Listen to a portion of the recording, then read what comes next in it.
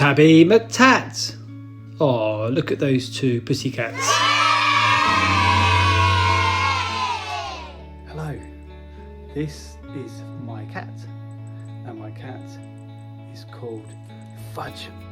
Say hello to the children, Fudge. This is Mr. Badger's books at bedtime, but I don't know where Mr. Badger is. It's nearly bedtime. I've got a book that Fudge, my cat, has chosen, but where's Mr. Badger? And I have found her favourite book, which is all about cats. What greater gift than the love of a cat? Is that right, Fudge? Do you love me? She does. She's a lovely pussycat. And here's another famous quote. It says, "Dogs have owners, cats have staff." I wonder what that means. What do you think that means? Fudge, have you seen Mr. Badger? Have you? No, I don't think Fudge knows where Mr. Badger is. If you see him, please let me know, because Mr. Badger, he's always getting up to mischief. But he did say he was going to come and listen to our story. Now, Fudge has chosen a really good book, which I am now going to read to you. It's called Tabby McTat. Tabby McTat. Oh, what lovely. There's a cat there and a kitten by the looks of it. By Julia Donaldson and Axel Scheffler.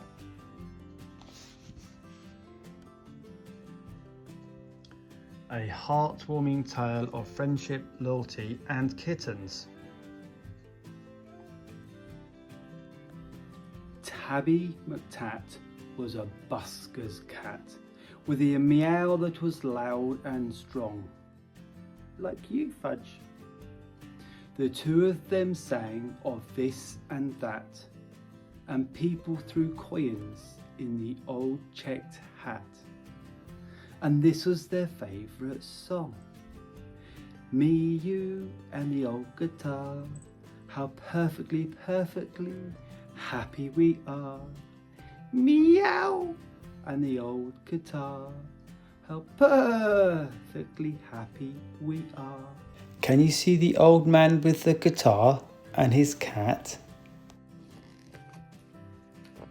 One morning, while Fred ate some bacon and bread, McTat took a stroll round the block, then stopped, for there on a doorstep sat a gorgeously glossy and green-eyed cat. You haven't got green eyes, have you, Fudge? She was black with one snowy white sock. Sock and McTat had a cat-to-cat, and that's how their story began. For while they were chatting of this and of that, a thief had his eye on the old checked hat. That's terrible. He eyed it, he snatched it, he ran. The busker gave chase, but he tripped on a lace, and crash, in a flash he was down. He broke his leg and banged his head, and he ended up in a hospital bed in a faraway part of town. "Goodbye," McTat said. "I must get back to Fred." But where had the busker gone? The sun went down and the sky grew black. The stars came out, but he didn't come back. McTat lingered on and on. A week later, Sock took a stroll round the block and found her new friend looking thin. "He's gone off and left me," said Tabby McTat. Then Sock said, "My people, Prunella and Pat, would gladly find room for a fine tabby cat. She was right, and they took Tat in. You a fine tabby cat, Fudge? Yeah, Fudge is a fine tabby cat too. Next morning, old Fred left his hospital bed and found his way back to the square. But a brass band stood where the pair once sat, and the band played this and the band played that. And Fred looked all round for his loud meowed cat, but Tabby McTat wasn't there. It's a great picture, isn't it?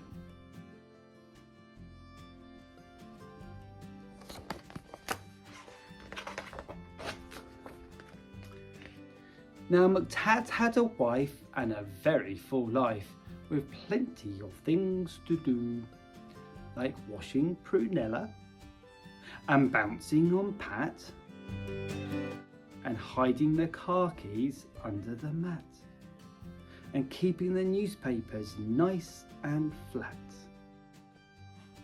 and giving the pens an occasional bat, and nibbling this, and nibbling that. But he dreamed of his friends with the old checked hat, and always woke up with a new. And often he said, "What's happened to Fred?" And his paws took him back to the square. Conjurer stood where the pair once sat. It's a bit like me doing a Magic Monday assembly. And he pulled out this, and he pulled out that. And people threw coins into the tall black hat, but the busker was never there. Oh, that's sad, isn't it, Fudge? Do you want to see the pictures, Fudge? Oh. One morning, Sock said, "Look under the bed and see the 3 kittens I've had." Wow, that's really exciting. And Soames looked like this, and Susan like that. And the littlest kitten, called Samuel Spratt, looked exactly the same as his dad. The 3 kittens grew and they learnt how to mew, and McTat sometimes sang them his song. And Samuel Spratt, with his tabby grey fur, had a deafening meow and a very loud purr. Now that's definitely the case of Fudge. She can meow really loudly. And he simply loves singing along. Me, you and the old guitar, how perfectly, perfectly happy we are. Meow and the old guitar, how perfectly happy we are. When Susan and Soames found very good homes, their parents were happy and proud. There was one home like this, and another like that.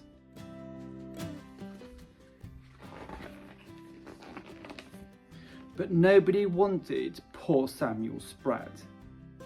They all said, "His voice is too loud." Now Tabby McTat was a home-loving cat, but he couldn't stop dreaming of Fred. And one day he called for his wife and his son, and he told them, "There's something that has to be done. I must go and find him," he said. So up and down and all over town he wandered a whole week long. For many a morning and afternoon, by the light of the sun and the light of the moon, till he heard a familiar song. Just me and the old guitar, If I had a cat, I'd be happier far. Just like me and the old guitar. With my cat, I'd be happier far.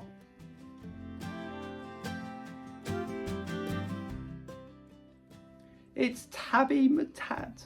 It's my long-lost cat. Old Fred was ecstatically glad. Then the two of them sang of this and that, and people threw coins in the new checked hat.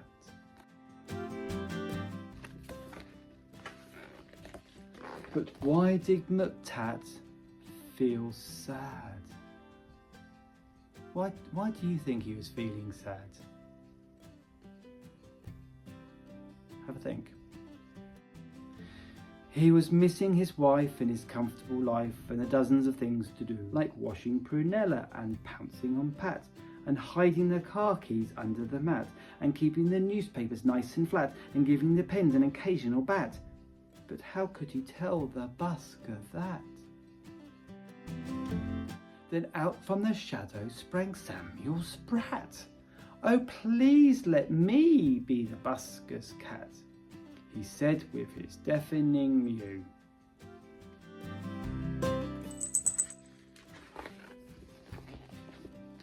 Now Samuel Sprat is the busker's cat, with a meow that is loud and strong, like Fudge. The two of them sing of this and that, though Samuel's singing just a little bit flat, and people throw coins in the old checked hat. And this is their favourite song. Me and you, me, you and the old guitar, how perfectly, perfectly happy we are. Me and the old guitar, how perfectly happy we are.